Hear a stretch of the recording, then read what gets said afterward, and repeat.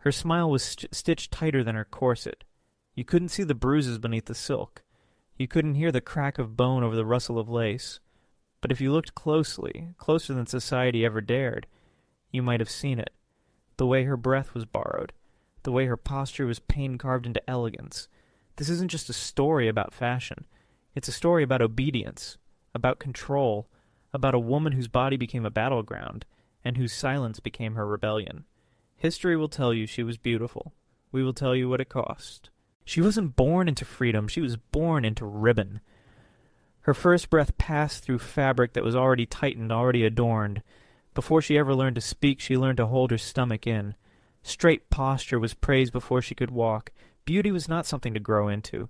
It was something to be sculpted, molded, and disciplined into existence. And so, every morning began with the same ritual, the cold fingers of a maid pulling at laces. One breath, her last of freedom, then came the tightening, the pulling, until her ribs ached, until her ears rang, until her body forgot itself and remembered only form, the form of a woman acceptable to others. Her mother stood by, sometimes adjusting a sleeve, sometimes simply watching, with approval, with pride, and with a silence that hid something else, envy. She knew, as all women of her station knew, that beauty was not indulgence. It was currency. To be wanted was to be saved. To be plain was to disappear. And to be free, to be truly free, was to be ruined.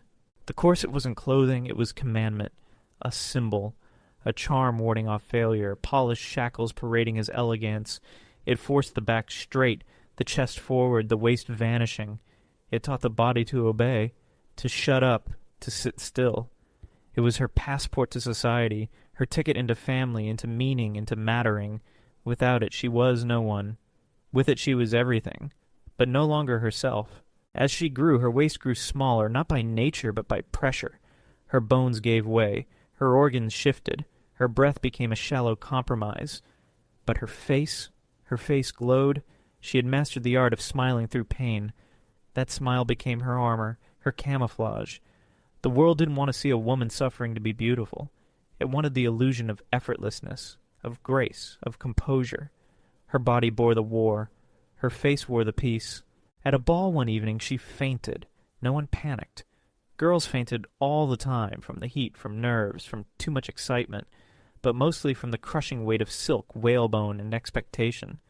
They carried her to a private room, waved smelling salts under her nose.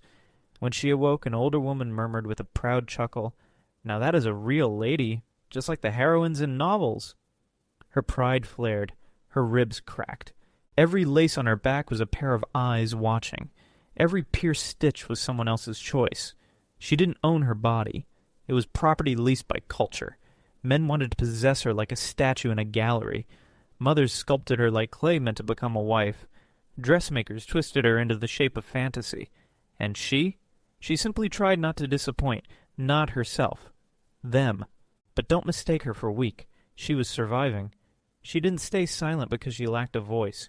She stayed silent because noise was dangerous. Loudness made her ugly. And ugliness was a death sentence. Better a broken rib than an unwanted glance. Better breathless than forgotten. There in that paradox lived her strength. She endured not from ignorance but from wisdom. She bent not from weakness but from strategy. Her silence was not emptiness. It was the last choice they left her. At night in solitude she sometimes removed the corset, slowly, carefully, as if peeling off another person's skin. The marks remained, the bruises, the burning sensations as blood returned to areas long suppressed. She would look in the mirror and not recognize herself. Without laces, without shape, she felt formless, wrong, like freedom was unnatural. And in that moment she understood. The system had won. Not because it forced her to wear the corset, but because she reached for it willingly, even when no one was watching.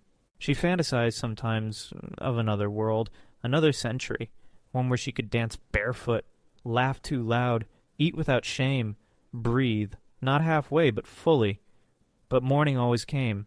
The maid always returned with tea, and next to it the corset lay waiting, the same one, fresh lavender, faint scent of blood. She smiled. She stood, and she stepped into her cage once more. Because life was theater, and if you weren't on stage, you were already erased. Yet something began to shift, slowly, quietly, not in rebellion but in pause, a hesitation before tightening the cords, a glance in the mirror that felt more like a question than a routine. She still wore the corset, still smiled, still danced, but something inside her was starting to ask, why? That seed of doubt, that flicker of thought is more dangerous than fire. It doesn't scream, it whispers, it doesn't fight, it observes. It is patient, but it is relentless. And it had been planted, not in her lungs or her waist, but in her mind. And minds are the one all lace corsets cannot reach. Her silence changed. It wasn't submission anymore. It was a kind of waiting, a knowing, a memory that bodies are not meant to be prisons, that breath is not weakness, that beauty does not require pain. She didn't yet know when or how. But she sensed that one day she would take it off, not for the night, but for good. And on that day, history would not call her a beauty. It would call her a problem, a scandal, a disruption, but maybe, eventually, a symbol, that even if they break your ribs, they cannot own your soul, that even if you smile while suffering, the smile can become rebellion, that the most dangerous woman of all is the one who wears her silence like a blade, and knows exactly where to aim it. They called it elegance, but it was elegance sharpened into obedience, polished into performance. For her, there was no such thing as simply being. Every gesture, every breath, every step across a drawing-room floor had to be choreographed like a ballet, controlled, effortless, pleasing. Her presence was an offering, her silence, a song sung in someone else's key.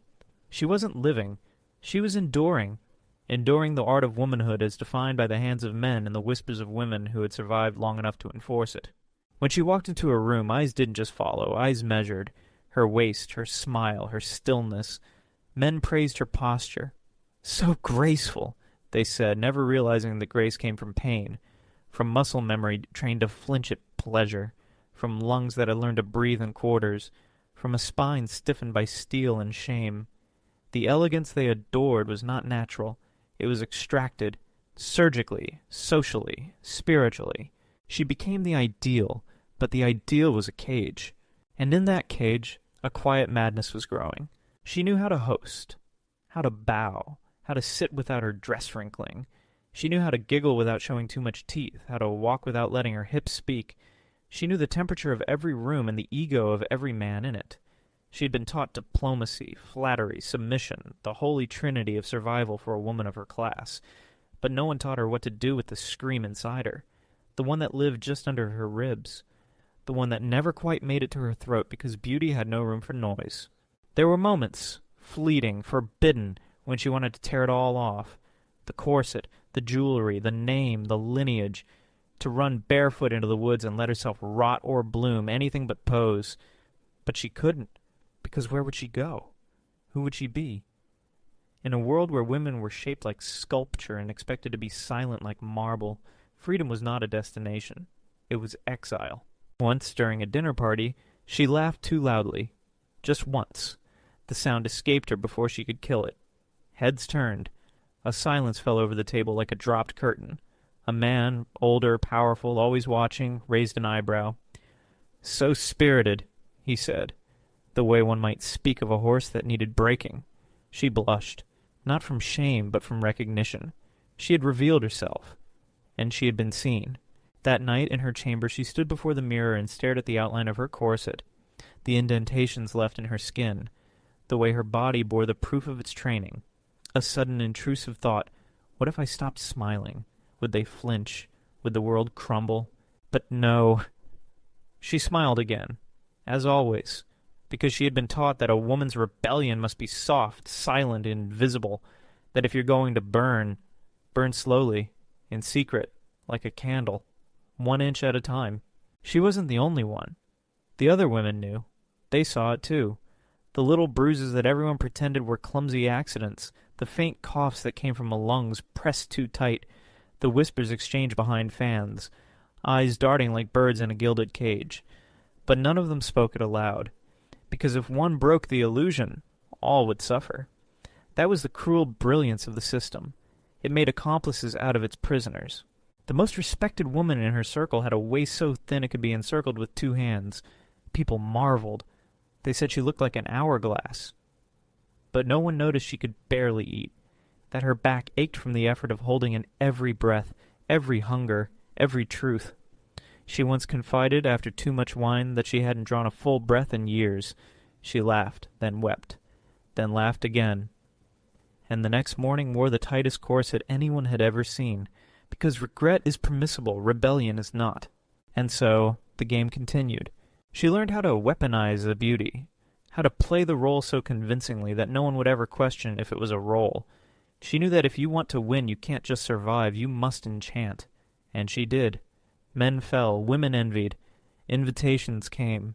Her image flawless, her posture perfect, her lungs silent, her ribs, hairline fractured, but her smile never broke. Until one day it did. It was during a fitting. A new corset, imported, lighter, stronger, crueler. She stood with arms outstretched as the maid tightened the laces. A little more, and a little more. The room blurred. Her ears rang, and then snap. A sound, small but unmistakable. She gasped, not from the pain, from the truth. A rib. Cracked, maybe 2. The maid panicked, loosened the laces, but she raised her hand. "No," she said, "keep going." The maid hesitated. She repeated, "Keep going." And so the laces pulled tighter, around the break, around the rupture, around the proof that beauty had won. Her breath came shallow, her back trembled, but her face? Calm, smiling, always smiling, because pain was not failure, pain was proof. Later that evening at the ball, she descended the stairs like nothing had happened. No one could tell. No one would ever know. She danced, she dined, she posed. Her body was screaming, but the room was applauding. In that moment she felt it fully, the insanity of it all. The absurdity of a world where you could be dying and still be praised for looking beautiful. A world where the elegance of your suffering mattered more than the truth of your pain. She looked around the room and realized something horrifying. Every woman there was smiling. Every one of them knew. And still they danced. It's a strange kind of silence. The one that follows when your body begins to betray you. Not loud, not violent, just quieter than usual. Your laughter softens. Your appetite vanishes. Your footsteps feel rehearsed, as if they belonged to someone else. That night after the ball, she sat in her chamber, corset still fastened, the pain under her ribs pulsing in rhythm with her heartbeat. She didn't cry, not because it didn't hurt, but because the tears would smear her perfection. And even alone in the dark, she still felt watched. The corset had become more than fabric. It was a boundary, a skin beneath the skin. To remove it was to step into a kind of existential nakedness, but this time she unfastened the hook slower than usual, not because she was savoring the release, but because she was afraid of what she might find underneath. Her hands trembled. The last tug of the ribbon fell slack, and she inhaled. Sharp, deep, painful. And in that moment she realized something unbearable. She didn't know how to breathe anymore. She had forgotten how it felt to be full, to expand, to exist without compression. Her chest rose awkwardly, like a bird trying to remember how to fly. Her muscles twitched with confusion. Her lungs rebelled against the sudden space. And all she could think was, "This is what I gave away." Outside her window the world moved indifferently. Horse carriages, laughter in the streets, music echoing from a nearby terrace. And here she was, sitting half-dressed in a chair built for decorum, her body humming with the cost of being loved. Because that's what they said it was, right? Love, affection, admiration, desire, all bestowed upon her in exchange for silence, stillness, sacrifice. The world rewarded her for not being real. And so she became a ghost in her own story. Every day her body grew weaker. Not visibly. She still looked like porcelain. But the cracks had deepened. The headaches were now daily, the dizziness constant. The maids whispered to each other when they thought she couldn't hear. "She's getting paler. She eats less. She's not sleeping." She heard them. Of course she did. But she said nothing. Because what was she supposed to say? That the corset hadn't just reshaped her figure, it had stolen her instincts? That she no longer knew when she was hungry? Or tired? Or sad? She remembered reading once in some old book that women in ancient cultures used to wear armor into battle. Heavy, brutal, beautiful armor. She thought of that now. Her corset was her armor. Not to fight, but to be seen. And being seen was the only way to survive. But armor isn't meant to be worn forever. She began to dread the mirror, not because she didn't like what she saw, but because she didn't recognize it. The image was still perfect. High cheeks, flawless hair, a neck swan-like and serene. But the eyes had receded. There was a distance in them, like a woman watching herself from far away. She would smile, and the smile would hold, but behind it, something trembled, a fracture in the marble. One morning during another fitting, the dressmaker offered a new corset. "Tighter waist, more structure," she said proudly. "You'll look like a dream." And for the first time in years she hesitated. The seamstress waited. She lifted the corset slowly, studied it, ran her fingers across the boning, counted the stitches. It was beautiful, cold, white, immaculate. She could already feel how it would shape her, already hear the compliments, already know the music that would play as she floated into another ballroom, flawless and fragile. But something in her refused. Not violently, not even aloud, just a flicker of refusal, a whisper in her spine.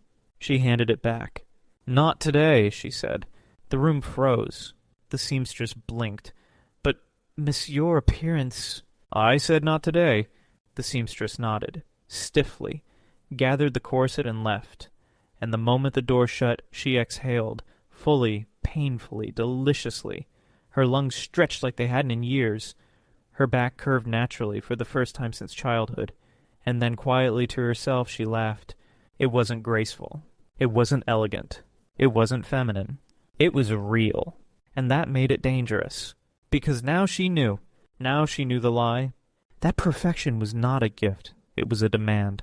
That beauty was not a blessing. It was a leash. That every smile she wore had been stitched with compliance. And once you know the lie, you can't unknow it. She began to test the boundaries gently.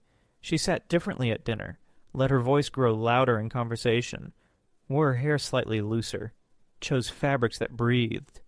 The changes were small, but to the world around her they were seismic. Women noticed. Some were intrigued, some disapproved. Men noticed. One asked if she was unwell. Another told her she looked more mature lately, a polite way of saying less doll-like. But she didn't care, not anymore, because something strange was happening. She was starting to feel alive. It wasn't easy.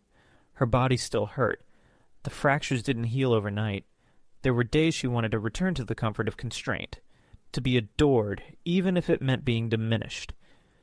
But then she would catch her reflection, shoulders relaxed, eyes clearer, and remember, this is what truth looks like. It's not always pretty, but it is always free. And freedom, once tasted, is not something the body forgets, even if it costs you everything. The body remembers what the mind denies. It remembers the breath it was never allowed to take, the posture it was forced to hold, the hunger it had to hide. And when it's no longer bound, it doesn't return to peace. It returns to chaos. The body shakes, trembles, resists. It doesn't rejoice. It recoils, because pain, too, becomes a home. For weeks she felt like she was falling apart. Without the corset she moved differently, awkwardly, clumsily. Her center of gravity shifted. Her muscles ached. Her spine, long used to support from that steel and string, struggled to carry the weight of her own head. The mirror revealed not a goddess, but a ghost in transition. Shoulders sloping, waist less defined, a strange softness returning to the belly and thighs. And worst of all, freedom didn't feel good. It felt like failure. She missed the attention, the whispers of envy, the applause in men's eyes.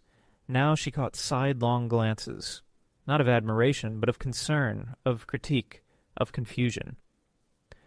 "Are you feeling quite yourself?" they asked. "You seem tired. You're different lately." Yes, she was different, and no one liked it. What they loved was the version of her that didn't exist, the sculpture, the idea, the illusion. But this woman who breathed loudly, who coughed in public, who let her stomach expand when she laughed, she was no longer a symbol. She was something worse, a question. Because if she no longer played the part, what did that mean for the play? She walked through gardens she used to glide through. She sat on chairs she used to perch on like porcelain, and with every unrestrained movement she felt the world lean back slightly, as if her freedom were infectious, as if it might spread. And it did. One morning a younger girl, sweet-faced, 15, barely formed, approached her after breakfast. "I saw what you wore yesterday," she said shyly. "It looked comfortable." There was a silence between them, not awkward, sacred. The girl hesitated, then added, "Mother says I'm ready for tighter lacing this season." Her voice cracked on the word tighter. She didn't answer right away. She only looked at the girl's waist, still soft, still hers, and remembered what it was like to breathe without guilt. "You don't have to start yet," she said softly. "Wait until your body tells you it's ready." The girl blinked. No one had ever spoken of the body as something with a voice, with a right to timing, to choice. It had always been something to conquer, to tame. "Will it ever be ready?" the girl asked. She looked into her eyes and replied, "Maybe it was never supposed to be." The conversation ended there, but something lingered. A new idea, a dangerous one. Because that's how rebellion begins. Not with a scream, but with a suggestion. She began noticing things she hadn't before. Other women fidgeting at the table. Older women clutching their sides in secret. Tiny winces disguised as smiles. She realized the whole room was a performance, and underneath the velvet and silk there were fractures everywhere, women holding themselves together with thread and willpower. And yet no one broke character. Until one did. At a winter banquet one of the duchesses fainted, a dramatic theatrical fall, but when they helped her up, she refused the salts. She stood slowly, wobbling, then said something no one expected. "I can't breathe in this damn thing." Silence. She said it again, louder. "I said I can't breathe." And then, right there in the ballroom, in front of the dukes and generals and countesses, she reached behind her back and loosened the laces herself.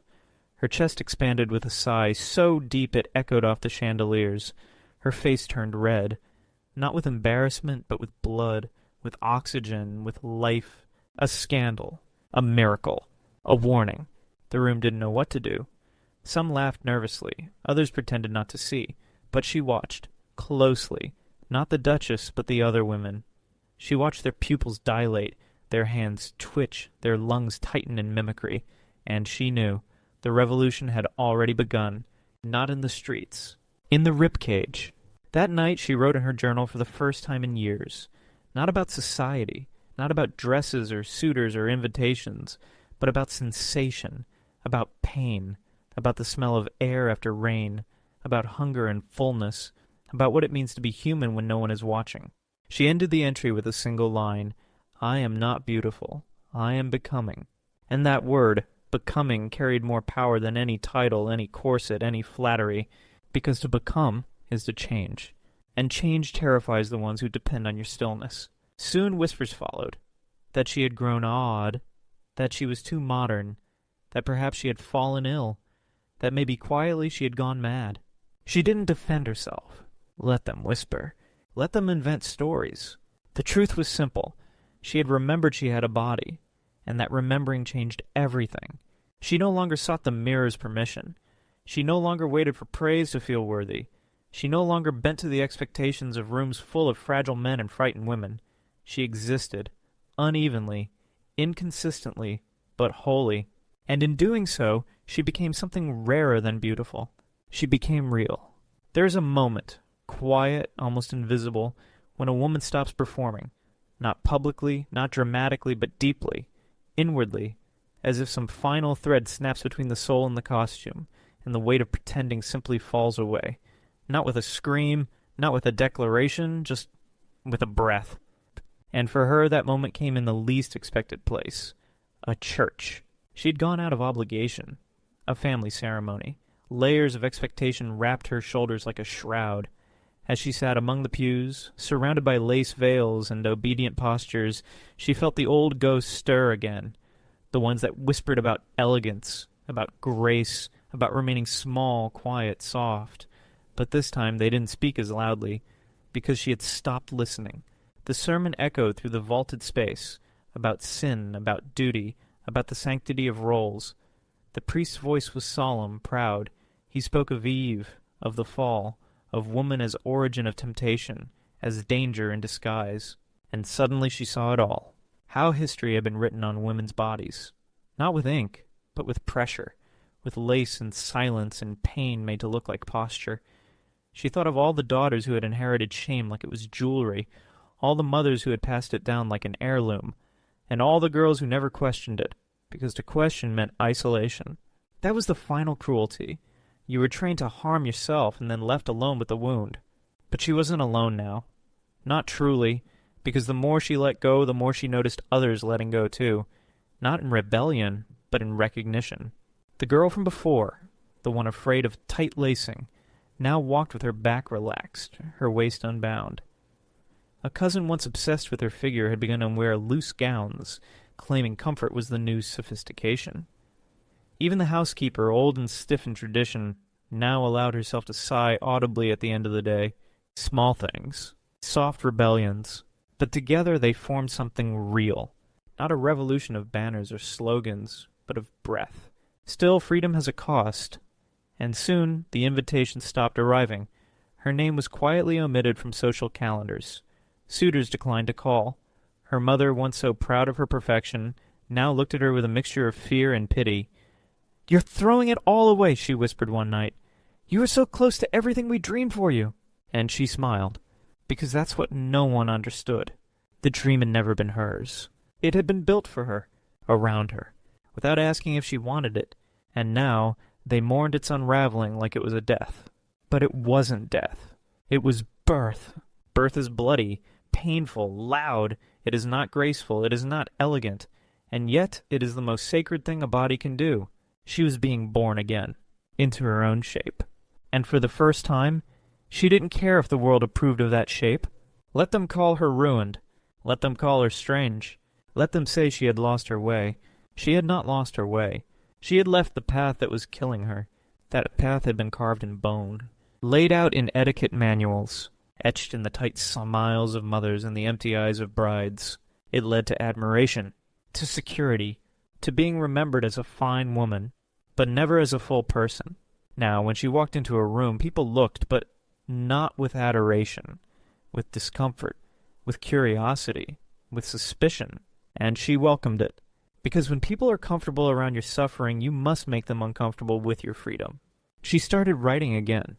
Long letters unsent, poems unfinished, thoughts scribbled onto scraps of fabric and hidden in drawers, not to be read, just to be said. Because language, like the body, needed a way out. And for once, the words didn't have to please. They didn't have to be soft or sweet or correct. They only had to be true. One night she stood before her mirror. No corset, no jewelry, just skin. And she whispered to her reflection, "You survived." Not in the dramatic way of battlefields or revolutions, but in the quiet way that women have always survived. By remembering, by refusing, by breathing when they are told not to. She traced the faint scar where a rib had once cracked. A souvenir, a line in her story, and she smiled. Not the smile they had taught her, but the smile that came from within. The kind that breaks nothing, except illusions. They won't tell you her name. It will not appear in textbooks. You won't find her portrait in a museum or her quotes carved in marble. She did not lead an army or write a treatise. She did not start a revolution with fire or words or weapons, but she started one all the same. They'll remember the dress, the waistline, the perfect silhouette she wore like armor. They'll recall the parties, the compliments, the performance of womanhood she mastered better than anyone else. They'll speak of how she used to shine, before she faded, before she changed, before she chose herself over the world. But they will never say why. They'll bury the truth under phrases like, she grew distant, she became odd, she lost her way. They'll reduce her to a cautionary tale. Don't end up like her. She had everything. She gave it up. They will not understand that what she gave up was a lie, and what she gained was breath. She was not admired in the end. She was not crowned or adored. She was simply left alone, and yet she never once asked to be saved, because she had already saved herself. She lived quietly after that, not in shame, but in clarity. She no longer entered rooms like a painting. She entered like a person, no longer watched but witnessing. And what she saw, now that she was no longer blinded by flattery, was haunting. She saw girls barely 16 pulling at ribbons until their skin bruised. She saw women in their 40s whispering of hunger like it was a virtue. She saw dying mothers clutching corsets tighter than memories, still afraid to take up space. And she knew. They were all waiting for permission to stop. She could not give it to them. That wasn't how change worked. You couldn't gift freedom, you could only show what it looked like. So she lived it, fully, flawed, free. She walked slower, spoke louder, stopped smiling when it wasn't honest. Some days she felt invisible, others untouchable. She was no longer praised, but she was no longer possessed, and that to her was worth more than any ballroom ever offered. Years passed. The world changed, slightly, then rapidly. New fabrics, new fashions, new voices rising, trembling, then roaring. Eventually corsets fell out of favor. Breathing became stylish again, and young women, generations later, would lift their arms without pain, and never wonder what that freedom had cost. They would never know about the ribs that cracked, the lungs that shrank, the girls who collapsed in silence and were carried out like ghosts in silk. They would never know about her. But sometimes, rarely, one might find an old photograph in a forgotten album. A woman seated, posture upright but unbound, eyes steady, mouth closed, not in obedience, but in wisdom. They'd ask, who was she? And someone would say, oh, no one important. But they'd be wrong, because the ones who refuse to be named are often the ones who broke the spell. She did not write history, but she unraveled it, thread by thread, ribbon by ribbon, smile by smile, until one day a girl would stand before a mirror, unlace her corset and not feel shame, but relief, not guilt, but power. And somewhere, in a memory the world tried to erase, a woman without a name would exhale into the silence, finally free.